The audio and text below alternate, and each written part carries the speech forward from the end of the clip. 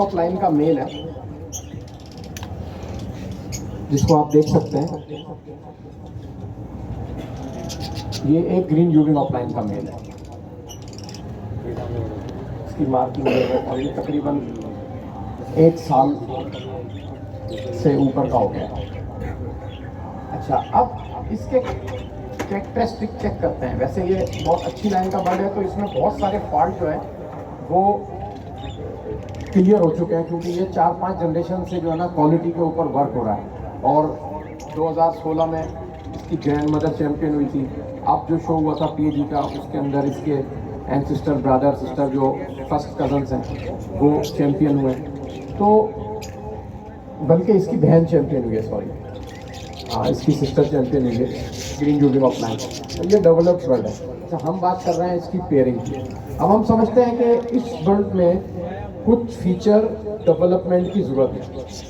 अच्छा, अब फीचर जो डेवलप किए जाते हैं वो वाइल्ड टाइप बर्ड से भी डेवलप कर सकते हैं आप। जंगली फिशर, ग्रीन फिशर बहुत स्ट्रॉन्ग बर्ड होता है और बहुत अच्छे करैक्टर देता है और ऑफलाइन को बहुत सपोर्ट करता है।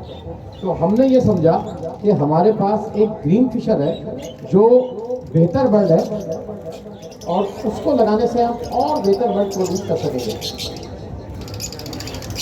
अब हमने ये एक ग्रीन बर्ड है, ये देखें। अब इस ग्रीन बर्ड की बॉडी लैंग्वेज चेक करें। ये अभी फुल कंप्लीट मोल्ट नहीं की है, यंग हैन है, लेकिन 8-9 कलियाँ कर गई है। लेकिन आप इसकी शोल्डर, बॉडी, फेस फीचर देखेंगे तो आपको पता चलेगा कि ये एक अच्छा बर्ड है। इसके फेस की ग्लोइंग अगर आप लोगों को नज़र आ रही होगी तो ये एक अच्छा बर्ड है। अब मैं ये समझता हूँ कि इस बर्ड की पेयरिंग जो है वो बहुत यूज़फुल रहेगी इसके साथ और इसके करैक्टर डेवलप होंगे। अब ये बर्ड एक स्ट्रॉन्ग पेडिग्री का बर्ड है जिसके अंदर काफ़ी खूबियाँ हैं जो आपको नज़र आ रही होंगी। एक नियर टू कंप्लीट बर्ड की तरफ ये बर्ड जाता है और अच्छी डेवलपमेंट रखता है। अच्छा, देखें, इसके हेड को आप देखें, इसके फेस फीचर को आप देखें, इसके शोल्डरों को आप देखें।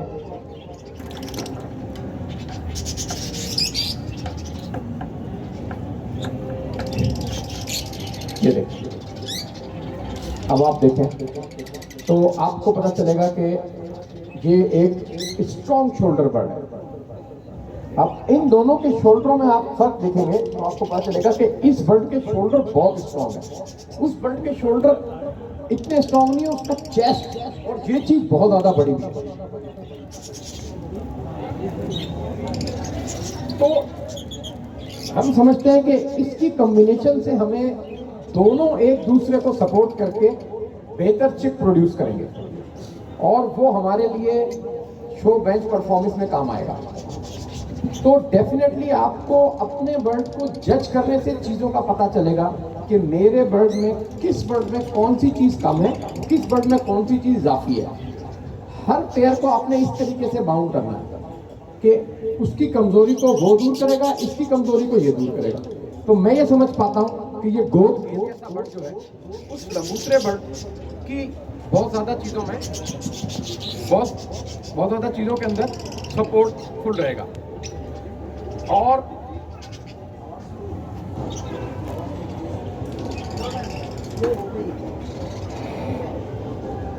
ये बर्ड जो है इसमें उसकी बनिस्बत कमजोरी नजर आती है और मैं ये समझता हूं कि वो कमजोरी वो राउंड फीचर बर्ड जो है वो कवर करके बेहतर बच्चे प्रोड्यूस करेगा। डेफिनेटली इसमें से स्पिरिट ऑफलाइन भी निकलेंगे, ऑफलाइन फीमेलें भी निकलेंगी, लेकिन वो भी यूजफुल बर्ड होंगे और वो जो स्पिरिट ऑफलाइन होंगे वो जब ऑफलाइन से लगेंगे तो बहुत बेहतर बर्ड प्रोड्यूस करेंगे।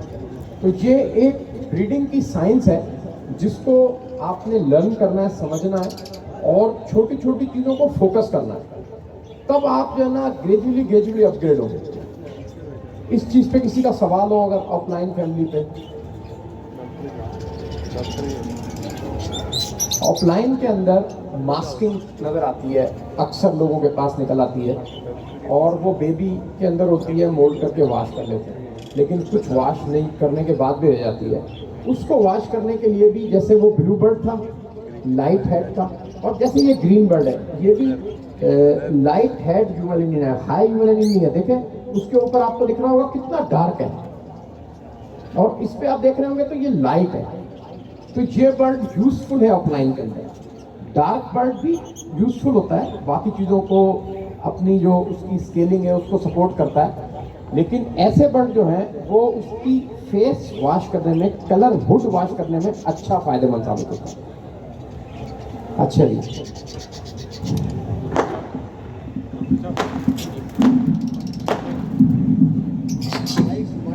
माइक कीजिए भाई।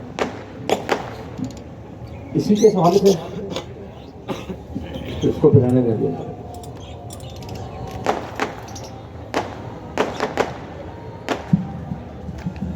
डॉक्टर साहब, आपने जैसे बोला कि हम जो है ना लाइट हेड लगाते हैं, तो अब उससे हमारे पास क्या होता है कि फिश स्केलिंग होती है वो बिल्कुल डल पड़ जाती है।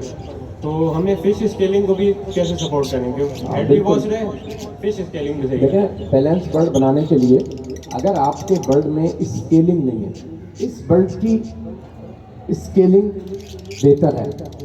अगर ये फ्लैट बर्ड होता तो उस बर्ड के लिए यूजलेस होता।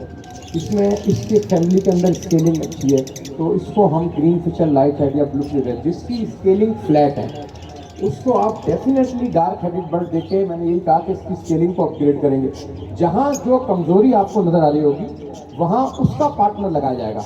हर जगह हर फार्मूला अप्लाई नहीं होता कि अगर किसी ने कह दिया कि लाइट हेड ऑफलाइन में यूज हो रहा है तो वो लाइट हेड। लाइट हेड पे क्या होता है, अक्सर जो इशू है वो लोगों के पास हुड के हैं।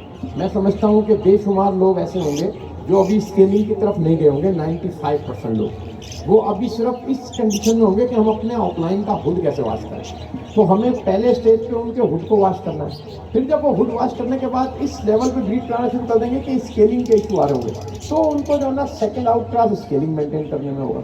अगर वो अभी स्केलिंग के उसमें जाएंगे तो उनके हुड और डार्क हो जाएंगे, उनके फेस पे और ब्लैकनेस आ जाएगी, और वो कंफ्यूजन के अंदर उस हॉबी से बैक होना शुरू हो जाएंगे, और वो आगे वर्किंग करने से जो है ना कासिर हो जाएंगे। तो हमें अभी ग्रेजुअली उनको लेके आना है। नेक्स्ट हमारी अगर अगले साल वर्कशॉप होगी तो हम उसमें हाई ह्यूमलिनियन सेटासिन की कम्बिनेशन बताएंगे। अभी अगर हम उस पर बात करेंगे तो वो मैं समझता हूँ कि एक स्टेप ऊपर की बात हो जाएगी। और कोई सवाल? अच्छा जी, अब ये हो गई हमारी फिशरी फैमिली की बात। अब हम चाहते हैं कि थोड़ी सी जो है ना आपको पर्सनाटा और रोजी गोली के मुतालिक भी नॉलेज दें। आपको पता होना चाहिए कि मल्टीपल ब्रीड कराने से फ़ायदा होता है। हमारे यहाँ भेड़ चाल होती है, एक चीज़ के पीछे सब लग जाते हैं और सारे उसको ब्रीड करा लेते हैं, और बाद में क्या होता है कि वो फैमिली जो है ना वो आहिस्ता आहिस्ता डिमांड कम कर जाती है, और दूसरी कोई फैमिली अपनी डिमांड बढ़ाती है। हमने उसका वर्कआउट नहीं किया होता, और फिर जब हम वर्कआउट स्टार्ट करते हैं तो मार्केट बूस्ट कर जाती है। तो आपको भी जो है ना एतदाल और म्याना रवि के साथ तमाम इस चीज़ पे थोड़ा थोड़ा वर्क करना चाहिए कि किसी का दौर आने से कुदरत कब मेहरबान हो जाए किस चीज़ पे हम कह सकते हैं, नहीं कह सकते। हमें थोड़ी पता था ये फिशरियाँ जो कोई पूछता है, पाकिस्तान में पर्सनाटा की खिलाई थे, फिशरी पसंद ही नहीं करते थे, वो इतनी बूस्ट कर जाएगी, किसी को नहीं पता था। हमें भी नहीं पता था जब हमने फिशरियाँ मंगाई थी। हमने कहा था चलो ऐसे ही औने पौने मिल रही है, मंगा लो, पाल लो। हमें क्या पता था ये 30 यूरो का जो मिस्टी स्लिटी है जाए या लाखों रुपए का बिकेगा, नहीं पता। तो हमें ये नहीं पता कि कल पब्लिक मेहरबान हो के ऑफलाइन से पर्सनाटा ऑफलाइन पे चली जाए, या पर्सनाटा की फैमिली पे चली जाए, या रोजी कोली बहुत सारे लोग पालते हैं, लेकिन कॉमन लोटिनो और कॉमन कलर लवर्स मेरे ख्याल कुछ लोगों के पास होंगे भी, और वो फाफ्टर के तौर पे यूज़ कर रहे होते हैं। अपने बच्चे भी कमर्शियल लोग निकाल के बेच रहे होते हैं, इसलिए बिक जाता है। क्या पता कि उन्हीं लोगों का कोई दौर ऐसा आ जाए कि वो उसकी अपग्रेड म्यूटेशन पालना शुरू कर दे। तो आपके पास उस वर्किंग के बर्ड होने चाहिए, और हॉबी इसी का नाम है, मज़ा उसी में आता है। अब मैं पिछले 4-5 साल से रोजी गोली ब्रीड करा हूँ, एक तरफ लेता हूँ, 2 लेता हूँ, और मैंने काफ़ी जोड़े रखे हैं। इस साल मैंने ज़्यादा ब्रीड कराई है क्योंकि अरबियों की बहुत ज़्यादा डिमांड है, वरना 2-3 साल में बहुत लिमिटेड बर्ड ब्रीड करता था, और अपने शौक के लिए कुछ बर्ड आ गया, चलो भाई एक आधा मर भी आता है, कोई रस्मी भी आता है, कोई ओल्ड भी आता है। लेकिन जो है जिस तरीके से पर्सनाटा ब्रीड करा रहा हूँ मैं एक लॉन्ग टाइम से, और मैं समझता हूँ कि साल हो गए होंगे मैंने बेचा नहीं होगा कोई बर्ड। तो अब हम उस पर भी थोड़ा सा वर्क करते हैं।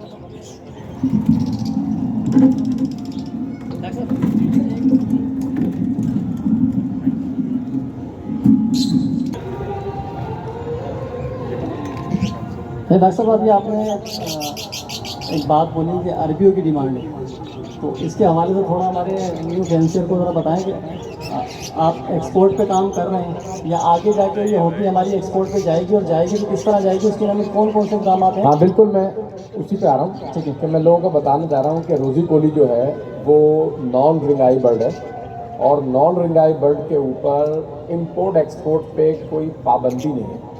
यानी कि एक लफ्ज़ इस्तेमाल होता है साइटस, जो इन्वायरमेंटल मिनिस्ट्री जो है रिंग आई बर्ड पे लगाती है। जैसे आप मिडल ईस्ट के अंदर रिंग आई बर्ड डायरेक्ट भेज नहीं सकते, वहाँ पाबंदी है। ये जंगली हयात की तरफ से लगी हुई है, वाइल्ड लाइफ की तरफ से। फिशर को आप आसानी से कहीं भेज नहीं सकते, इस पर पाबंदी है। लेकिन जो नॉन रिंग आई है, जिसको हम कलर लब्बड़ या रोज़ी गोली कहते हैं, वो उस पर कोई पाबंदी नहीं है। आप दुबई भेजें, शारजा भेजें, मस्कत भेजें, हर कंट्री आपको उसकी एनओसी देगा। और अरबियों के अंदर नॉन रिंग आई बर्ड यानी कि रोज़ी गोली बर्ड बहुत ज़्यादा पसंद किया जाता है, और वो उस पर बहुत ज़्यादा काम कर रहे हैं, और उनकी बहुत ज़्यादा डिमांड है। और पाकिस्तान एक लॉन्ग टाइम से, क्योंकि उसकी प्रोडक्ट जो होगी, आप गंदम काश करेंगे तो गंदम ही बेचेंगे, आप चावल काश करेंगे चावल बेचेंगे, आप आम की पैदावार करते हैं तो आप आम बेचेंगे। तो जो चीज़ आपकी तैयार होती है वही आलमी मंडी में जाती है। ऐसा नहीं है कि आप जो है ना तोपे बेचना शुरू कर देंगे, आपकी पैदावार ही नहीं है।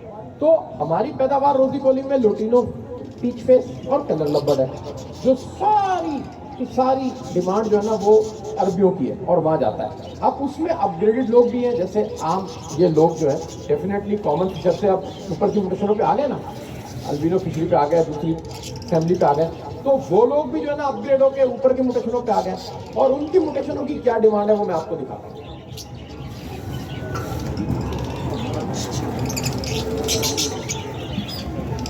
अब ग्रीन लब्बर्ड या पीच फेस लब्बर्ड तो सबने पाला होगा, लेकिन इतना बड़ा बर्ड कम लोगों ने देखा होगा। ये बर्ड जो है, ये इसको एक्वा कहते हैं, यानी कि टर्कवाइज, जो हमारा पार्क ब्लू लव इस्तेमाल होता है।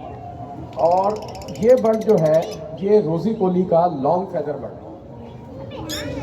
ये देखें, इसकी बॉडी का लैंग्वेज देखें, ये कितना लंबा और बड़ा बर्ड है। इसको वो कहते हैं लॉन्ग फेदर, या हम लोग कहते हैं लॉन्ग फेदर।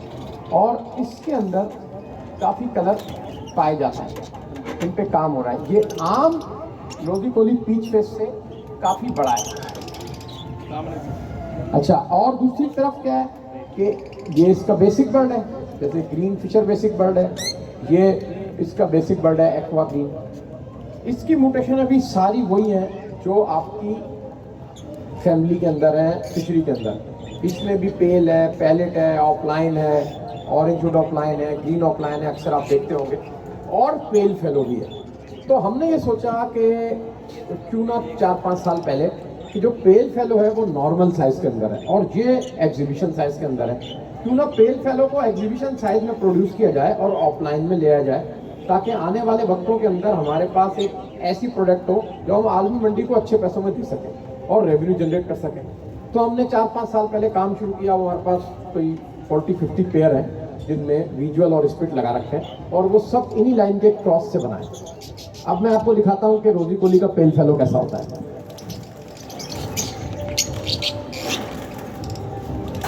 ये रोज़ी कोली का पेल फेलो है, एक नॉर्मल साइज का बर्ड। इसकी रंप वायलेट होती है, क्रीम बॉडी होती है, ऊपर बॉडी के भी हल्का हल्का शेड आता है, और इसके बॉडी के नीचे पे भी हल्का हल्का शेड आता है, और ये रंप इसकी वायलेट होती है, और इसकी आँख जो है खरगोशी रेड होती है। जो लुटिनो पीच फेस होता है उसकी मैरूनिश सी होती है, इसकी खरगोशी रेड होगी, बिल्कुल रूबी रेड। और हमने इस फैमिली के साथ क्रॉस किया, और क्रॉस करके इनके स्प्लिट बनाए, और फर्दर इनमें से अच्छे साइज़ के बर्ड प्रोड्यूस किए हैं। अब मैं ये बर्ड इसलिए लेके आया हूँ कि आपका कॉन्सेप्ट क्लियर हो कि हमने इस साइज़ से काम शुरू किया था। और अब इन दोनों बर्डों को अगर आप साथ बैठा हुआ देखेंगे तो आपको थोड़ा सा साइज़ डेवलपमेंट का पता चलेगा कि दोनों में साइज़ का कितना वो है। देखें आप इनके फेस को, आपको अंदाज़ा होगा कि ये ड्रैगन टाइप बर्ड जो है और ये स्मार्ट फीचर बर्ड के साथ बैठने में कैसा लगता है। ये देखें, अब दोनों बर्डों को आप बॉडी लैंग्वेज में देखें। ये एक कॉमन पेल फेलो है, थोड़ा सा बेहतर हो गया होगा आउट क्रॉस करने में, लेकिन ये मैं बिल्कुल नॉर्मल के नियर टू नॉर्मल निकाल के लाया हूँ ताकि समझने आसानी हो। उसके फेस छोटे हैं, कम है, और इसका फेस बहुत मैसिव है। तो जब इनसे हम आहिस्ता आहिस्ता क्रॉस करके स्प्लिट बनाते रहेंगे तो एक टाइम आएगा कि इस टाइप के रोजी कोली प्रोड्यूस हो जाएंगे और वो बहुत महंगे हैं और आसानी से मिलते भी नहीं। और इसमें और बहुत सारे कलर भी हम रन कर रहे हैं, जैसे पैलेट अभी फिशरी में आ गया, इसमें भी पैलेट है, उसको भी हम लॉन्ग फेदर में लेके जा रहे हैं, ऑफलाइंस को भी हम लॉन्ग फेदर में ले गए। इस तरीके से जो है ना हम पेल भी, इसके अंदर एक फैमिली है, उसको भी लॉन्ग फेदर में रन करा रहे हैं। तो आहिस्ता आहिस्ता हम वर्क करके इन फैमिलियों को लॉन्ग फेदर में लेके जा रहे हैं कि कल को अगर हमें रेवेन्यू जनरेट करने के लिए कुछ करना पड़े तो वो हम एक्सपोर्ट में इन बर्ड को दे सकें। तो ये था रोजी कोली। अब ये बर्ड जब फूल के बैठता है तो बहुत बफी और मैसिव बर्ड है, जो देख के तबियत बाग हो जाती है, और उसका साइज, बॉडी लैंग्वेज बहुत हसीन बर्ड होता है लॉन्ग फेदर। तो हमारा इस पर भी वर्क हो रहा है और मैं तमाम मेंबर से कहूँगा कि आप भी थोड़ा थोड़ा रोजी कोली पे वर्क करें, क्योंकि रोजी कोली आपका एक एक्सपोर्ट जनरेटिंग आइटम है कि ये मुल्क से बाहर जाता रहेगा। डिमांड मैं 10-15 साल से देख रहा हूँ और ये इस पर कोई पाबंदी भी नहीं है। तो डेफिनेटली आपके पॉकेट में ऐसा बर्ड होना चाहिए जो आपके फार्म का रेवेन्यू जनरेट करता है। अच्छा जी, अब हम आते हैं पर्सनाटा की तरफ। रोजी कोली के हवाले से किसी का कोई सवाल हो?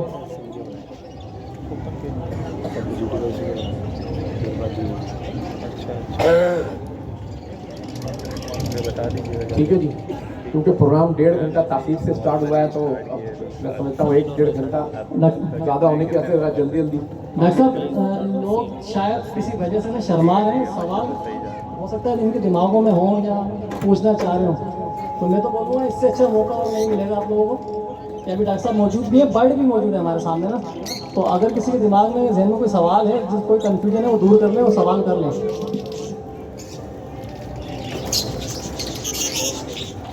अब हम जो है ना आते हैं पर्सनाटा फैमिली। देखें, हमारे पास हम परिंदे बेचते हैं, ईमान नहीं बेचते।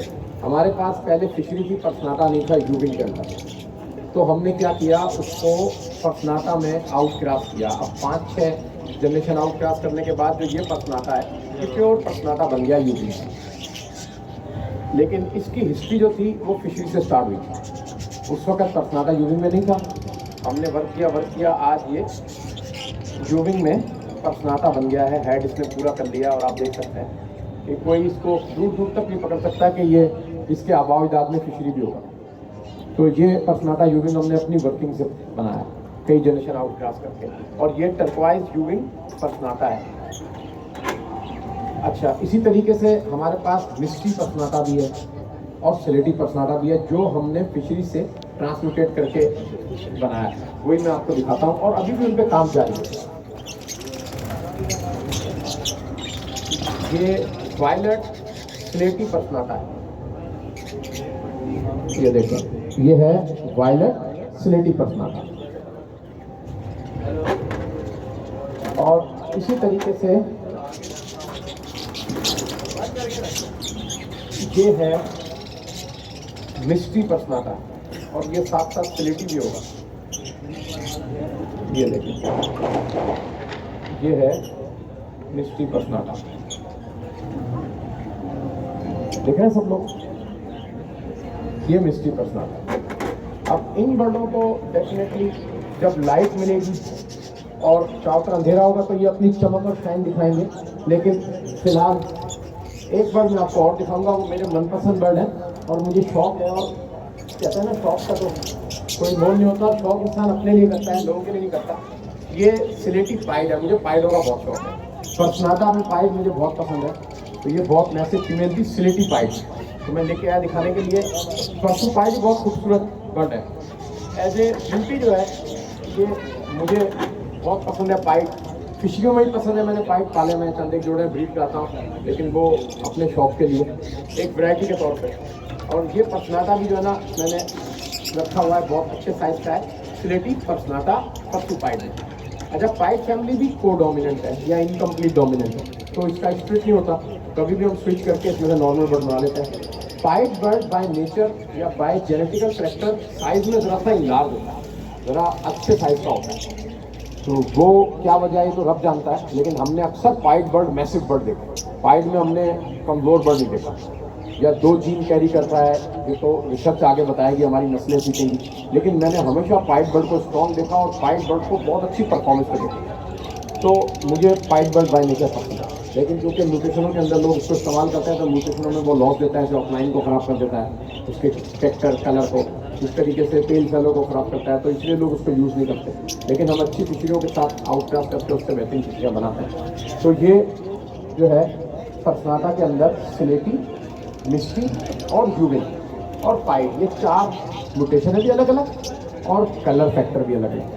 तो ये हमारे घर की जनरेशन है और आपको हैरानगी होगी कि ये 4-5 साल से मैं वर्क कर रहा हूँ और सादर नादर कोई एक आधा 2 बर्ड कोई सालों में कोई बिकता होगा तो बेचा होगा, वरना ये बेचा नहीं है। और ऐसा मुमकिन नहीं है कि आप जो है ना आजकल के दौर में 4-5 साल एक म्यूटेशन को बीट करा रहे हैं और वो बेच नहीं रहे। लेकिन ये लिटरली बात है कि इन दोनों म्यूटेशनों पे मेरा शौक है और मैं थोड़ा बहुत बर्ड बीट करता हूँ, रोक लेता हूँ। और एवरियो में खड़े में बर्ड कोई 1 साल से खड़ा है, कोई 1.5 साल से खड़ा है, मैं और 2 दिन बाद मुझे मोहब्बत जागती है, मैं निकाल के एवरी में छोड़ता हूँ, कहीं छोड़ता हूँ, सुबह छोड़ता हूँ, देखता हूँ, इंजॉय करता हूँ, फिर उनको छोड़ देता हूँ। तो और बाकी बर्ड जो है ना वो ब्रीड कर रहे होते हैं। तो शौक का लेवल आपका ये होना चाहिए कि आप हर म्यूटेशन, हर बर्ड को की इज्जत और फौकियत दें, उसको हल्का ना समझें और उसकी कदर करें। तो हॉबी इसी का नाम है। तो ये परसनाटा की कलेक्शन थी जो मैंने कहा था। अच्छा, आलमी मंडी के अंदर परसनाटा फिशरी से कई गुना महंगा है, ये भी मैं आपको बता दूँ। फिलिपीन आपको 10,000 फिशरियाँ दे सकता है 1 शॉट के अंदर एक वो, और अगर आप उससे परसनाटा मांगते हैं ना तो वो 100 परसनाटा अच्छी क्वालिटी के, इस क्वालिटी के नहीं दे सकता। फिशरी और परसनाटा के रेटों में बहुत ज़्यादा फर्क है। तो ये भी आपके माइंड में रहना चाहिए कि आप बाहर से अच्छा परसनाटा नहीं मंगा सकते, फिशरी बहुत सस्ती मंगा सकते हैं। तो हो सकता है कल राउंड चेंज हो जाए, कुदरत का सर्किल है ना, तो वो कभी के दिन बढ़े, कभी की रात बढ़ी, तो घूम के फैमिली पे आ सकता है दौड़। तो आपके पास अच्छे बर्ड होने चाहिए। बुरे वक्तों में आपने लेके रखे होंगे, आपके काम आ जाएंगे, अच्छे वक्त में आपको कोई हाथ भी लगा नहीं देगा। मेरा ख्याल एक सवाल है आपका। आप लोगों से गुजारिश है कि आप भी अपने परसनाटा को जज करें, उसमें से अच्छे बर्ड निकालें। परसनाटा के अंदर 2-3 पॉइंट का ख्याल रखा जाता है। एक तो परसनाटा के हेड का ब्लैक होना, दूसरा हेड की ब्लैक धारी का राउंड सर्किल होना, तीसरा उसके वाइट कॉलर का प्रोमिनेंट होना, और बाकी सारे कैरेक्टर फिशरी की तरह जज कर लिए जाते हैं। तो इसके 2 कैरेक्टर जो है ना वो होते हैं बॉर्डर लाइन। तो ये तो एज ए लिमिटेशन है। अभी देखिए आप इसमें थोड़ी सी बॉर्डर लाइन आपको स्लेटी में सही नज़र आ रही होगी और शायद इस बर्ड में सही नज़र आ रही होगी, लेकिन ये कोई बहुत हाई फाई शो बेंच के बर्ड नहीं है। ये वर्किंग म्यूटेशन के बर्ड हैं, क्योंकि हम नई म्यूटेशन में लेके जा रहे हैं। जो शो बेंच के बर्ड हैं वो अलग बर्ड हैं, वो आज मैं इत्तेफाक से नहीं लाया क्योंकि एक हल्का सा डेमो देना था। आने वाले वक्तों में आपको शो बेंच के बर्ड भी दिखाएंगे। और शो बेंच के बर्ड में ज़रूरी नहीं है कि वो हर म्यूटेशन के अंदर टॉप, और बेसिक म्यूटेशन जो होती हैं, बेसिक कलर्स होते हैं, उसमें वो हैवी बर्ड होते हैं। ऐसे मेरे पास कोबाल्ट में है, ब्लैक मास्केट में, वो दोनों मैं नहीं लेके आया। मैं जरा म्यूटेशन दिखाना चाह रहा था आपको कि आपको पता चले कि जैसे आप फिशरी पे काम कर रहे हैं ऐसे परसनाटा में भी काम हो रहा है, ताकि आप लोगों को अंदाजा रहे। और कल ऑफलाइन परसनाटा में भी ये चीज़ें रन करेंगे। परसनाटा के हवाले से किसी का कोई सवाल हो तो आगे चलें। पाइट के हवाले से सवाल करना। जी जी। पाइट के बारे में काफ़ी मार्केट में डिग्रेड किया जाता है, डीमॉडलाइज किया जाता है। पाइट कोई ऐसी चीज़ है, जैसे मैंने सुना है फिलीपीन में जो है वो काफ़ी वर्किंग होती है, बहुत पसंद किया जाता है फिलीपीन में पाइट को, बल्कि पाइट की जनरेशन भी जो है वो वहीं से उठाई गई है। तो मेरे पास काफ़ी सारे पाइट कुछ कैरी कर रहे हैं, आगे बच्चे भी ऐसे आ जाते हैं। तो क्या इस पर वर्क जारी देखिए, करना सिर्फ चाहिए? जब पेल फेलो का दौर आया तो लोगों के पास पेल फेलो पाइट थे और पता नहीं था, तो वो मार्किंग लाइट कर लेते थे। डबल फैक्टर पाइट में 10% ब्लैकनेस रहती है तो वॉश हो जाता है, तो वो पाइट अजीब सा लगता था। तो इसलिए जो है वो पाइट बर्ड जो है, इसलिए पाइट बर्ड जो है वो लोग पसंद नहीं करते थे। और ऑफलाइन में डालते हैं तो ऑफलाइन को वॉश कर देता है, डबल कलर ले आता है। भाई ये 2 वजूहत हैं, वरना पाइट बर्ड की जो ब्यूटी है वो माशाल्लाह 2 कलरों में कम्बिनेशन है। लेकिन ट्रेंड है ना, मार्केट ट्रेंड। अब एज बर्ड है या ग्रेविंग बर्ड है, अभी तक कुछ भी नहीं था, अब एकदम बूस्ट कर गया। मिस्ट्री बर्ड है, कल कोई पूछता नहीं था, आसमानों में चला गया। स्लेटी बर्ड है, कोई हाथ नहीं लगाता था उसको, कोई समझना ही नहीं चाहता था। आज आप देख लें स्लेटी बर्ड की क्या दौड़ लगी है पूरे पंजाब में। तो कहने का मतलब ये पाइट बर्ड जो है उसकी अपनी एक ब्यूटी है। जब वो टर्पाइज में जाता है वो खूबसूरत लगता है। मैंने स्लेटी में खेल के देखा, मैंने कहा देखो स्लेटी बॉडी में कैसा लगेगा, मुझे बड़ा हसीन लगता है। तो ये अपनी अपनी आँख की पसंद है, खूबसूरत बर्ड है। आप खूबसूरती कुदरत की दी हुई है, आप उसकी कदर करें, आप उसको एंजॉय करें। ज़रूरी नहीं है हर चीज़ जो है आपके शौक की जो है वो पैसों के तोड़ में आए। कुछ चीज़ें ऐसी होती हैं जो आप अपनी सेल्फ सेटिस्फेक्शन के लिए पालते हैं, आप खुद इंजॉय करते हैं। मैं कपड़ा पहनता हूँ, मेरी सेल्फ सेटिस्फेक्शन है। मैं जूता पहनता हूँ, मुझे कंफर्ट कौन सा लग रहा है मैं वो पहनूंगा। कुछ चीज़ें जो है ना आप लोगों के लिए पालते हैं कि भाई बर्ड है, बर्ड में भी होता है कुछ चीज़ें मैं अपनी सेल्फ सेटिस्फेक्शन के पालता हूँ कि मुझे पसंद है, मेरा शौक है, मेरा पैसा है तो कहने का मतलब है कुछ चीज़ें ऐसी होती हैं मार्केट डिमांड पर रखी जाती है कि मार्केट डिमांड क्या चल रही है उसके हिसाब से देखना पड़ता है, तो मल्टीपलों का चलता है। लेकिन अच्छे हॉबिस्ट की पहचान यही है कि वो कुछ बर्ड ऐसे रखेगा जो उसमें मार्केट का कोई ट्रेंड ही नहीं होगा, और आप उसके पास जाएंगे यार ये मुझे पसंद है मैंने रखे हैं, अच्छा तुम्हें पसंद है यार तो लेता नहीं, मुझे हाँ नहीं लेता ना तभी तो मुझे पसंद है यार मैंने रखे हैं। तो ये शौकीन की पहचान है, आपको बताएगा कि मैं लवर हूँ, पेट लवर हूँ, मुझे ये बर्ड पसंद है, मुझे मार्केट थोड़ी, मैं दूसरों के लिए थोड़ी बर्ड पालता हूँ, नहीं पालता हूँ, मैं ऊपर जाता हूँ, मुझे मज़ा आता है मेरी एवरी के अंदर। तो ये सोच आपकी होनी चाहिए, और मैं समझता हूँ ये पॉजिटिव सोच है जिससे आप तमाम मोटिवेशनों पर काम करेंगे और हर मोटिवेशन की जगह बरकरार रहेगी। चलें जी,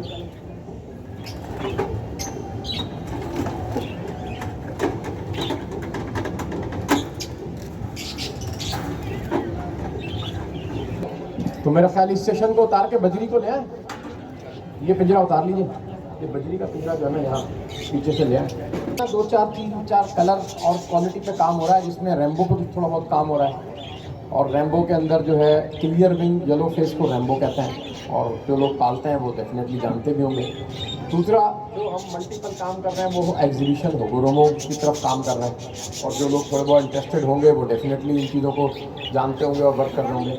आने वाला वक्त जो है वो इंग्लिश होगोरोमो का, क्योंकि इंग्लिश होगोरोमो वर्किंग से प्रोड्यूस होता है, लेके बर्ड आप ब्रीड नहीं कर सकते, और वर्किंग का बर्ड जो होता है उसको मेंटेन करना एक साइंस है। जिसको ये नॉलेज होती है वो ग्रोथ करता है, और जिसके पास ये नॉलेज नहीं होती है वो लॉस कर देता है। क्योंकि चीज़ कहते हैं ना, एक बिल्डिंग को बना देना, एक इदारे को बना देना अलग चीज़ है, उसको रन कराना मुश्किल है। तो ये भी एक जनरेशन अपग्रेड करके बना देना, फिर पेयरिंग ऐसी करना कि वो मेंटेन रहे।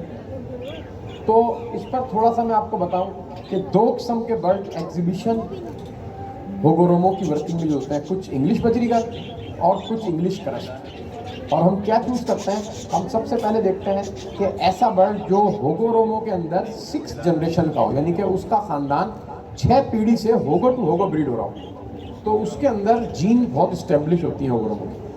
और अब मैं ये समझता हूँ कि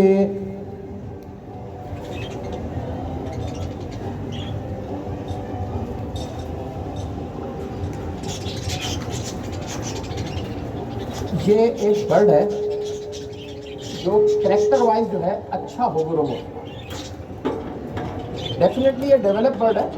अब क्योंकि नॉर्मल बर्ड हमारे पास रहे नहीं तो थोड़ा मुश्किल है लाना, अब ये एक डेवलप बर्ड है, लेकिन इसके अंदर जो होगोरोमो के कैरेक्टर हैं वो पूरे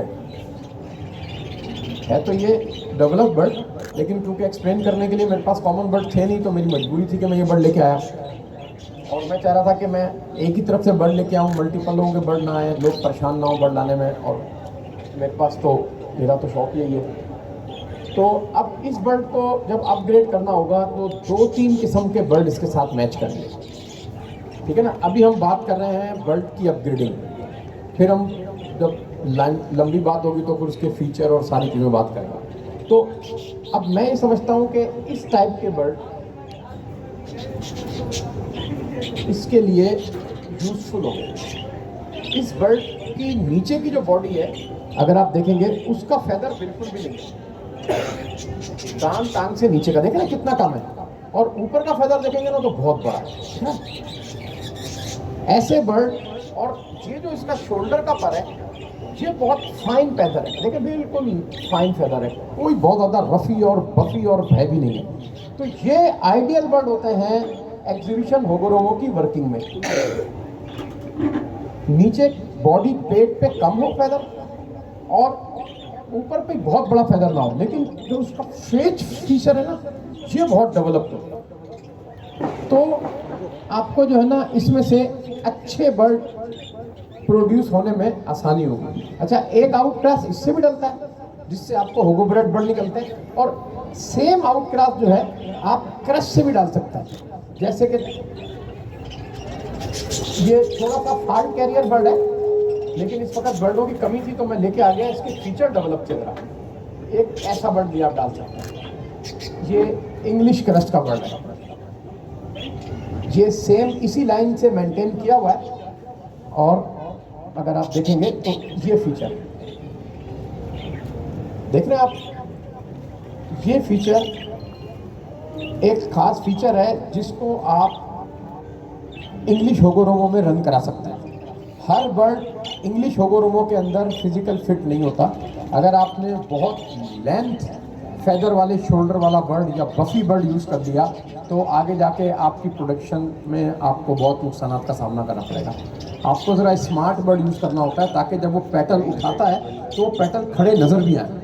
बहुत ज़्यादा हैवी पैटर्न उठते हैं तो गिर जाते हैं और वो कंट्रोल में नहीं होते। और पैटर्न की क्वालिटी बहुत फाइन होनी चाहिए ताकि दूर से नज़र आए। रफ फेदर अगर यूज़ करेंगे तो पैटर्न की क्वालिटी इतनी गंदी होगी कि आपको बर्ड अक्सर टूट जाएंगे ऊपर। उसके तिनके मोटे होने चाहिए। तो ये एक सिंपल फार्मूलेशन है जिससे हम बर्ड बनाते हैं। आप इनमें से जो बर्ड प्रोड्यूस होते हैं वो मैं आपको दिखाता हूँ क्या होता है।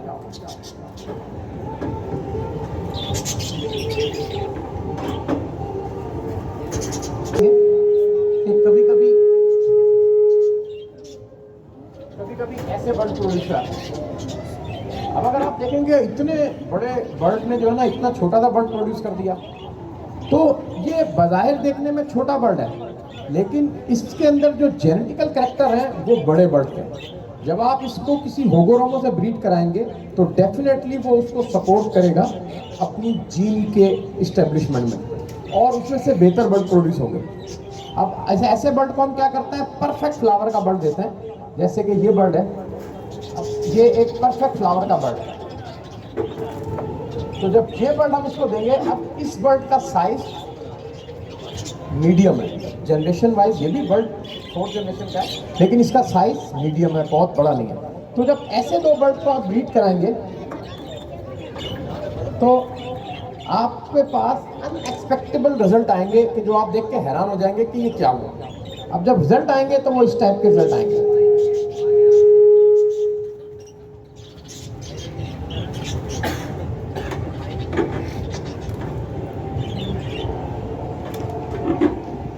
ये देखें, अब ये जो बर्ड है ये मॉडर्न फीचर का इंग्लिश होगोरोमो की वर्किंग का बर्ड है जो नॉर्मल बर्ड से साइज डेवलप कर गया है। अब अगर आप देख रहे होंगे तो उसके क्रस्ट की क्वालिटी हैवी हो गई है, फीचर डेवलप हो गए। मज़ीद काम करने की बहुत गुंजाइश है क्योंकि ये जनरेशन टू जनरेशन वर्क हो रहा है तो और बेहतर बर्ड भी आएंगे। लेकिन अभी हमने नॉर्मल बर्ड से स्टार्ट करते करते हम यहाँ पहुँच गए। तो अब उस बर्ड में इस बर्ड में क्या फ़र्क है कि इसकी फेदर क्वालिटी, इसका mask, depth of mask, head, feather ये इम्प्रूव हो गए। तो जब आप ऐसी पेयरिंग करते हैं तो ये ज़रा पेयरिंग आइडियल रहती है कि एक बर्ड फ्लावर वाला, एक बर्ड होगो ब्रेड, तो आपको बेहतर बर्ड प्रोड्यूस होता है। तो ये एक सिंपल सा फार्मूला है, इसमें कोई रॉकेट साइंस नहीं है। बस आपको सब्र करना होता है, स्टेप बाय स्टेप वर्क करना होता है और हर जनरेशन में आगे चले जाते हैं। अच्छा, मल्टीपल पेयरिंग होती है वक्त की नज़ाकत को और बर्ड की जीन को देखते हुए अच्छा बर्ड बना सकते हैं। और कभी कभी जो है ना नॉर्मल साइज़ का बर्ड भी एग्जीबिशन होगो ब्रेड के साथ मिलकर अच्छा बर्ड बना सकता है। लेकिन मैं जिस जनरेशन से ज़्यादा बेहतर रिजल्ट पा पाया हूँ वो इस टाइप के बर्डों से पाया हूँ। तो उसमें से मुझे बेहतर बर्ड मिल जाते हैं। सारे बच्चे अच्छे नहीं आते, एक आधा बच्चा अच्छा आता है, बाकी वर्किंग के यूजफुल बर्ड होता है, वो लोगों को भी आप दे सकते हैं, अपने पास भी होल्ड कर सकते हैं। इस तरीके से रैम्बो के अंदर जो है वो गोल्डन फेस वायलेट बर्ड जो है ना ज़्यादा अच्छा टंग बैक देता है। और मैं वो थोड़ा सा आपको दिखा दूँ कि कौन से बर्ड आइडियल रहते हैं।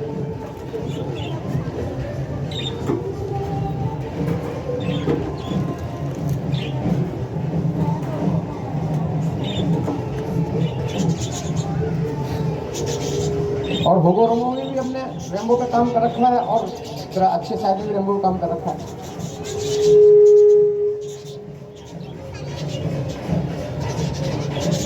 देखिए ये बर्ड जो है ये FBG है, फुल बॉडी ग्रेविंग। इस पे पैच डार्क होता है, इसकी सारी कैरेक्टर्स रैम्बो से मिलते होते हैं लेकिन ये शोल्डरों पे और अपने स्पॉट्स पे डार्कनेस रखता है ग्रेविंग। ये FBG फुल बॉडी ग्रेविंग का बर्ड है। अरबी इसको बहुत पसंद करता है। और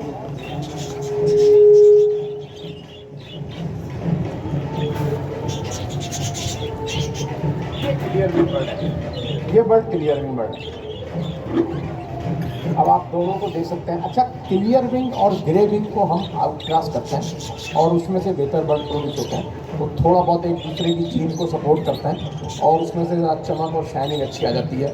तो इस दोनों बर्ड में ये सेम लाइन के बर्ड है और ग्रेविंग और क्लियरिंग आपस में आउट क्रॉस होकर बनते रहते हैं। इस तरीके से जो है ना, अगर हम रेनबो होगोरोमो की तरफ जाते हैं तो वही फार्मूला है कि हम इसको लेके और ऐसे रेनबो को लेके और इस टाइप की फीमेलें डाल देते हैं, इस टाइप की violet double factor single factor violet फीमेलों से हम इन रेम्बो को डाल देते हैं तो हमें होगोब्रेड बर्ड मिलते हैं। एक जनरेशन जब उनको क्रॉस करते हैं तो हमें फ्लावर वाले बर्ड मिल जाते हैं। तो इस तरीके से हम वो रेम्बो होगोरोमो करते हैं और हर म्यूटेशन जो रिसेसिव है इसी तरीके से उसको स्विच करके आगे ले आते हैं। जो सबसे इस वक्त तक बेस्ट बर्ड मैंने देखे हैं वो इस टाइप के बर्ड हैं।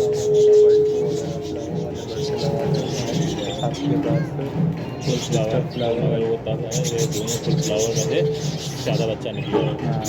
ये बर्ड नॉर्मल सादा बच्चा गोल्डन फेस वायलेट, ऐसा नहीं होगा। ये आइडियल बर्ड है गोल्डन फेस वायलेट, जो रेम्बो के कलर को ब्राइट करते हैं, डार्क फैक्टर में लेके आते हैं, वायलेट फैक्टर में लेके आते हैं और यूजफुल रहते हैं। तो आपके पास अगर होगोरोमो है तो गोल्डन फेस वायलेट होना चाहिए ताकि जब भी आप रेम्बो की वर्किंग करें उसमें ये बर्ड यूज हो जाए। और अगर आपको दूसरी म्यूटेशनों का शौक है तो नॉर्मल मार्केट के बर्ड वहाँ काम आते हैं। तो ये बर्ड आइडियल बर्ड होता है रेम्बो वर्किंग के अंदर। किसी का कोई सवाल होगोरोमो के हवाले से, बजरीगर के हवाले से?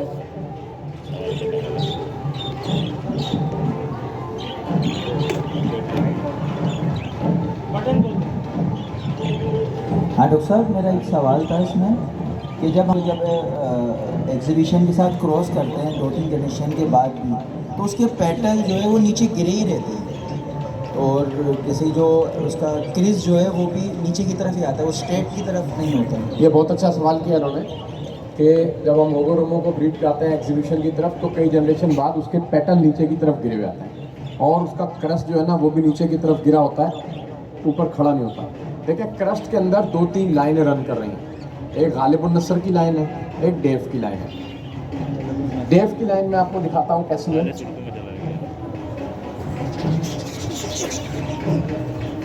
ये डेव की लाइन का बर्ड है, ये बुरा मान रहा है इसको, नहीं इसमें डालेंगे नहीं आपको। अब देखें ये डेव की लाइन है, इसका क्रस्ट जो है ना उठा हुआ है, ठीक है ना, ये डेव की लाइन है, इसका क्रस्ट उठा हुआ है। गालिबुन नस्र की लाइन का क्रस्ट ऐसे बैठा होता है। तो जब आपको उठा हुआ क्रस्ट रिक्वायर्ड होता है तो आप डेव की लाइन यूज़ कर लेते हैं, राउंड क्रस्ट बिठा होता है तो आप गालिब की लाइन यूज़ कर लेते हैं। तो ये गेम जो है ये लाइनों का है। इस तरीके से पेटल पे आपने बात की तो अब ये बहुत अच्छी बात थी और टाइम टू टाइम कर दी। अब आप देखें ये जो मैंने बर्ड डाला है ये वायलेट बर्ड, ये मैं लाया इसलिए हूँ कि जो है ना पेटल की क्वालिटी समझाई जाए।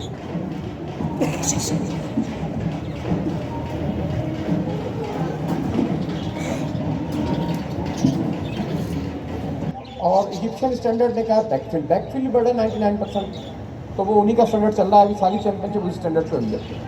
मेरे ख्याल वक्त की कमी है और लोग जो है ना वो काफ़ी बोर भी हो रहे होंगे, जिनका बजरी पे कोई टॉपिक नहीं होगा तो बजरी को अभी क्लोज करते हैं और अपने तीसरे उस पर और चौथे पाँचवे पे ज़रा, क्योंकि वो सारा डेमो जो है वो उसका है अपना, अल्लाह भला करे, थ्योरी का, तो हम उसकी तरफ आया था। अच्छा जी, ये तो हमने जो है ना पेयरिंग के मुतालिक और अच्छी बर्ड की सिलेक्शन और पेयरिंग और उनके रिजल्ट के मुतालिक कुछ बात कर ली। अब जो है ना हम बर्ड की ब्रीडिंग और कीपिंग के मुतालिक सीधा बातें करते हैं। देखें, बर्ड को आप खाली बाजरा खिलाएं लेकिन वो बर्ड आपके दाने पे मानूस होना चाहिए। बर्ड को आप खाली न्यूट्रिशन खिलाते बाजरे के साथ वो मानूस होना चाहिए, आप मकई डालते मानूस होना चाहिए। लेकिन ये पता आपको होना चाहिए कि उनके बच्चों की ग़िज़ाई कमी को किस किस चीज़ से आपने पूरा करना है। मकई बेहतरीन है, लूसन बेहतरीन है। पहले हम बाजरा मकई लूसन 3 चीज़ डालते थे, बड़ा अच्छा काम करता था। अब 30 चीज़ें डालते हैं फिर भी काम नहीं करता। दूसरी वजह क्या है कि जेनेटिकल मेकअप का स्ट्रॉन्ग होना, वो भी ग्रोथ पे बहुत बड़ा संदा होता है। अगर आपके पास अच्छा स्ट्रॉन्ग बर्ड नहीं है तो भी आपकी सारी खुराकें फेल हो जाती हैं।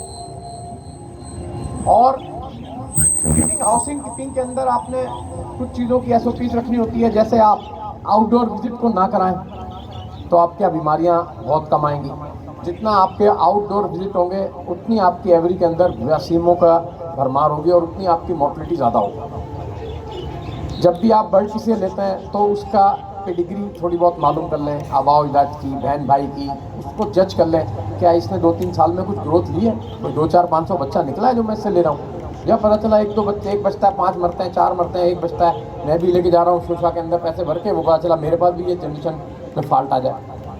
और ये हाउसिंग कीपिंग की मेन चीज़ है। नेस्टिंग के हवाले से जो है ना, आप ऐसी नेस्टिंग डालें जिसके अंदर कम से कम जो है ना वो फंगल ग्रोथ हो और ज़्यादा से ज़्यादा वो ड्राई रहे, क्योंकि हमारे यहाँ वेडी वेदर है कराची का, नमी वाला मौसम है, तो उसमें आप ड्राई टाइप की ऐसी चीज़ डालें जो सड़ने गलने के अमल को रोके। इस तरीके से अगर आप बेडिंग उसमें इस्तेमाल करते हैं तो सबसे अच्छा कीकर का बुरादा है, वो बेस्ट रहता है। हम लोग जो है ना वाइल्ड ग्रास की नेस्टिंग कराते हैं, क्योंकि हमारे पास हमारा बर्ड एक लॉन्ग टाइम से वाइल्ड ग्रास की नेस्टिंग पे हिला हुआ है और हमें वो अच्छी लगती है और हमें अच्छा लगता है कि बर्ड उठाए और अपने मनपसंद घोंसला बनाए। लेकिन आपके पास बहुत सारी चॉइस है मार्केट में, माशाल्लाह यहाँ भी देख रहा था इन्होंने बड़े अच्छे मटेरियल रखे हैं नेस्टिंग के। लेकिन हम जो है वो वाइल्ड, क्योंकि हम ऑर्गेनिक पे ब्रीड कराते हैं, यानी कि नेचुरल फूड्स पे, हम आर्टिफिशियल फूड्स पे या आर्टिफिशियल मेडिसिन पे ब्रीड नहीं कराते बर्ड को, क्योंकि हमें अपने बर्ड को कई साल तक अपने पास चलाना होता है। मतलब मेरे पास अगर कोई बर्ड निकला है और वो मेरे घर में ब्रीड हो गया तो मेरी एक ख्वाहिश रहती है कि वो 10-12 साल तक मेरे पास रहे, जिसको मैंने रखना है। जैसे ये वायलेट बर्ड है, मैं समझता हूँ 5-7 साल 4 साल उम्र होगी। ये गोल्डन फेस बर्ड मैंने दिखाया, ये भी 4-5 साल का होगा और अक्सर लोगों के पास 2 साल से ज़्यादा बजरी नहीं रहता। लेकिन हम क्योंकि ऑर्गेनिक पे पालते हैं, उनको नेचुरल फूड पे पालते हैं, आर्टिफिशियल चीज़ें ना होने के बराबर देते हैं, वो वक्त ज़रूरत थोड़ी बहुत कोई एंटीबायोटिक कभी हो तो दी, वरना हम अवॉइड करते हैं। यही वजह है कि हमारे बर्ड के लिवर, किडनी और वो लंग्स स्ट्रॉन्ग है और वो एक लॉन्ग लाइफ अपनी नेचुरल हेल्थ के साथ गुजारते हैं। इंसानों में भी यही है, जब दवाइयों का ज़्यादा इस्तेमाल होता है तो उम्र कम हो जाती है और बीमारियाँ जो ख़ानदानी मौरूसी होती हैं वो इंसान की जान ले लेती हैं। तो चलें, ये हाउसिंग ब्रीडिंग पे हो गया। हाउसिंग ब्रीडिंग कीपिंग के हवाले से कोई सवाल किसी का?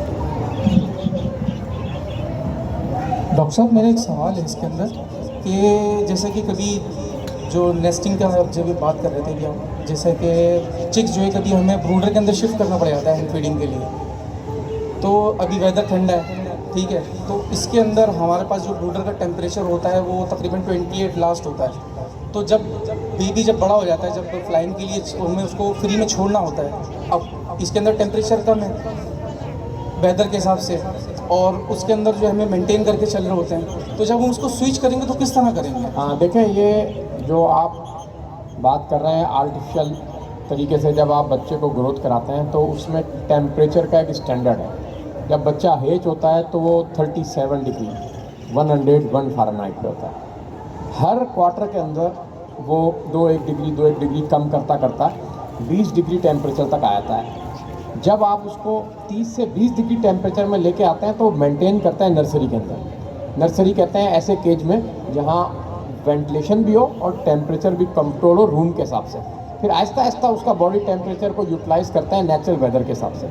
एकदम आप स्विच करेंगे, बच्चा आपका बीमार होगा, कमज़ोर होगा और मरना शुरू हो जाएगा। तो ये एक नेचुरल फिनोमिना है कि जब आप आर्टिफिशियल तरीके से बच्चे को ब्रीड करा के या फीड करा के नेचुरल तरीके पे लेके जा रहे हो तो स्टेप बाय स्टेप टेम्परेचर देते हैं उसको ताकि वो यूज़फुल हो जाए। तो ये एक सिंपल सी चीज़ है। और वो होते हैं बेबी केज छोटे, उसमें जो है ना हॉट एयर सिस्टम भी होता है, शीशा भी लगा होता है, ऐसा थोड़ा शीशा खुल भी आता है जैसे हमारा रिली कच्चा है। और मैंने देखा पूरे पंजाब में लोग इस तरीके से कर रहे हैं और वो इस तरीके से ऐसा यूटिलाइज कर लेते हैं, हल्की हल्की हवा धूप रोशनी देते हैं और सेट हो जाता है। और किसी का सवाल?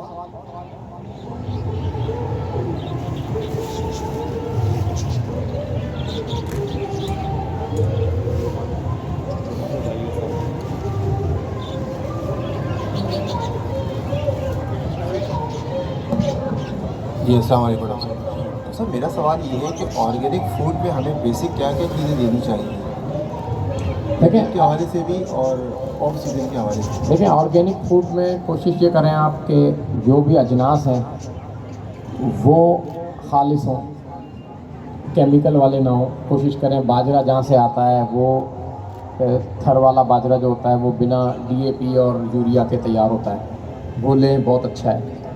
गंदम भी इस तरीके की अगर आपको मिल जाती है कोई, मुमकिन तो बहुत कम है लेकिन कोशिश कर लें, और दूसरे अजनास में भी कोशिश करें कि वो आपको इस किस्म के मिलें कि बहुत ज़्यादा केमिकलाइजेशन में ना हो। दूसरी जो मेन चीज़ें हैं जो है मेडिकेशन पे बर्ड को पालना, यानी कि बहुत सी अद्वियात हम फ़र्ज समझ लेते हैं बर्ड को देना और हम उनको रेगुलर दिए जा रहे होते हैं, हम उससे अवॉइड करते हैं।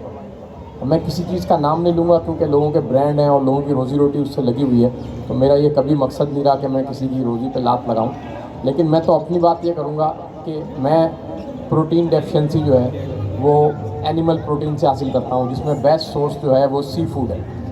इस तरीके से कैल्शियम, मैग्नीशियम, फास्फोरस और बेशुमार ऐसी चीज़ें जो बर्ड की रिक्वायरमेंट की होती हैं वो भी हम सी फूड से हासिल करते हैं, स्नेल्स से, शेल्स से, घूंगे जिनको आप कहते हैं, सीप जिनको कहते हैं आप, बोन्स जिनको कहते हैं आप, फ़िश बोन्स ये वो, तो मुझे उससे बड़ा अच्छा मिलता है। इसी तरीके से अगर आयल की तरफ जाऊंगा, मैं लूअर एक मछली है उसका तेल आजकल इस्तेमाल कर रहा हूँ। वो ऑर्गेनिक होता है, खालिश तरीके से निकाला जाता है, उसमें कोई मिलावट नहीं होती, तो हमें उसके अच्छे रिज़ल्ट आते हैं। मछली में आप जाएंगे तो सबसे ज़्यादा मैं मिट्टू को पसंद करता हूँ, फिर चाकू को, और पिट्टन का भी कभी कभी मिल जाता है। ये इनका जो गोश्त होता है इसको प्रोसेस करके पाउडर फॉर्म में बना लेते हैं, जैसे लहसुन अदरक का पाउडर बन जाता है, और वो मशीन के ज़रिए, बॉयलर के ज़रिए उसको स्टीम पे रख के, हाई स्टीम पे उसको मॉइस्चर फ्री कर लेता है। तो मैं आजकल वो इस्तेमाल करता हूँ, तो मुझे उससे रिज़ल्ट अच्छे आते हैं।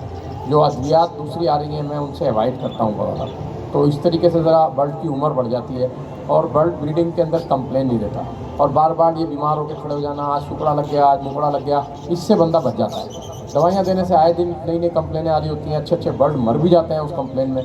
तो हम क्योंकि हमारे लिए बर्ड हमारा कीमती है, और मेरी ये ख्वाहिश, मैंने आपको पहले बताया कि आज भी मेरे पास 2015 की चैम्पियन जवान खड़ी है लवबर्ड में। लोगों के पास 2 साल पहले का बर्ड नहीं होता। मेरा दावा है, आप पूरे पाकिस्तान का विजिट करके आएँ, 2-3 साल पुराना बर्ड पूछे, बोले वो मर गया यार, पिछले साल देख के कहता हाँ वो मर गया था सुपड़े में। मैं लिख के देता हूँ आपको, 50 ब्रीडर यही कहेंगे कि 2 साल 3 साल के बाद तो बर्ड तो एक्सपायर हो गया था। उसकी वजह ये है कि ज़्यादा अद्वियात जो है उनके लिवर को डैमेज करती हैं, किडनी को डैमेज करती हैं, और उसका जो लाइफ स्पेन है ना, वो मतलब उम्र कम हो जाती है। इंसानों में भी होता है। और कोई सवाल किसी का? अच्छा डॉक्टर साहब, ये अभी आपने जो मेडिसन और जो भी एग्ज़ाम बताई हैं, जो भी चीज़ें बताई हैं, इनके बारे में भी थोड़ा गाइड करें ना कि ये कहाँ से सही मिल जाएंगी, इसको लेने का तरीक़ाकार क्या है, या इसमें फ्रेश देखना होगा, हमने क्या सारे मामला दें? देखें, सबसे बेहतर तो ये है जो मैं पहले करता रहता कि आप इब्राहिम हैदरी जाएँ, अतारी साहब भी हमारे साथ गए थे, और वहाँ पर लांचे फ्रेश 1 डे की या 6 घंटे पहले की कैचिंग लेके आते हैं, और इसमें तमाम मछलियाँ आती हैं। आप वो मछलियाँ लें, उनको वॉश करें, उनका फुजला निकलवाएं, और जो है ना उनको बॉयल करके फ्रिज में रख लें, हफ्ते तक चलाते रहें। अगर ये आप नहीं कर सकते तो फिर आप किसी कंपनी से रब्ता करें कि वो ये सारा काम करके दे दे प्लांट के ऊपर, तो बेहतर है। सीपों का भी यही है कि सबसे पहले तो आप ही जमा कर लें सीपें, और उसको चूर के और उसको बना लें, वरना ये है कि किसी कंपनी से रब्ता कर लें, वो आपको दे दे। अच्छा, कंपनियां क्योंकि इंपोर्ट करती हैं बाहर, तो वो पूरे कंटेनरों के सौदे करती हैं, वो हाथ ही नहीं लगाती 10, 20, 50, 100, 200 किलो वालों को, क्योंकि जो A+ क्वालिटी की जो प्रोडक्ट है वो पाकिस्तान में नहीं बिकती, वो सब बाहर जाती है। हमारा ये अलमिया है, फ्रूट में भी, हर चीज़ में, तो उसमें भी यही है। लेकिन हमने कुछ सोर्सें अप्लाई करी हैं और कुछ मालिकों से हमारे ताल्लुकात अच्छे हो गए, किसी हमारे सीनियर जो डॉक्टर हैं उनकी बदौलत। तो अब पिछले साल भी हमने सोचा था कि हम लॉन्च करें और लोगों को दें, लेकिन क्योंकि वो प्रोडक्ट बहुत कम मार्जिन की होती है, तो हमारे लिए दर्द-ए-सरी रहती है कि हम वो ला के रखें, तो किसी और को देते हैं तो वो बेईमानी कर सकता है, क्योंकि उसमें बेईमानी के उनसे हर चीज़ में ज़्यादा है। आपको पता है ना, मिलावट वाला मामला मिर्चों में, इसमें तो मिलावट फिर ख़तरनाक हो जाती है ज़्यादा। लेकिन अब हमें एक डॉक्टर मिले हैं, डॉक्टर मनसब, और वो कई कंपनियों में अच्छी पोस्ट पर हैं, हमारे रिलेटिव भी हैं, पढ़े लिखे दीनदार आदमी हैं, ईमानदार आदमी हैं, तो उनके साथ सारे ट्रायल चल रहे हैं चीज़ों के।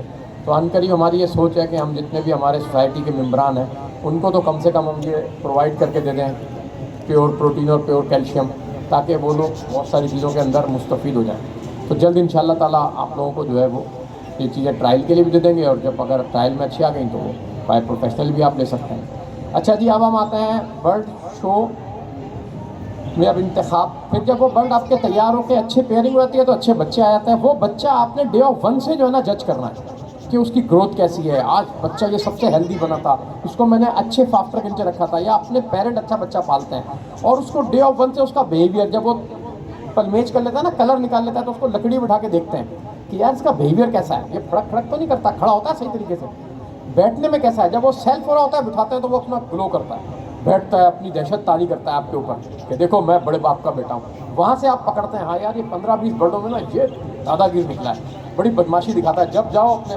कह रहा होता है कि मैं सबसे बड़ा हूँ, वो बच्चा उसी वक्त कह देता है आपसे कि मैं बेंच लड़ूंगा। आप अपने बच्चों में देख लें, जो बच्चा दूध के पाँव है ना पालने में नजर आते हैं, तो आपको पता होता है ये बच्चा मेरा काबिल है, बचपन से इसके तेवर ये लगे, ये कुछ करके दिखाएगा। तो आपका बर्ड खुद आपसे कहता है निकलने के बाद कि हाँ मैं कुछ बन के दिखाऊंगा, और वो बनता है। तो आपने उस बर्ड की फिर केयर करनी है कि वो लड़ ना जाए। अक्सर बर्ड नाखून तोड़ लेते हैं, अक्सर बर्ड चोंचों पर निशान मार लेते हैं, अक्सर बर्ड पलके अपनी जो है ना ख़राब कर लेते हैं, अक्सर बर्ड ये कंधे के शोल्डर पे ज़ख्म लगा लेते हैं। तो आपने इस चीज़ से उसको बचा के रखना ताकि वो साफ़ सुथरा बर्ड होकर बेंच पे जाए। और फिर बेंच की तैयारी से पहले आपने उसकी खुराक का ख्याल रखना है, उसको अलग यूनिट दे के तैयार करना है। अब बर्ड आपने मेंशन कर दिया, बेंच पे ले गए और शो में बर्ड ले गए। अब शो में बर्ड आपको ले आने का क्या फ़ायदा?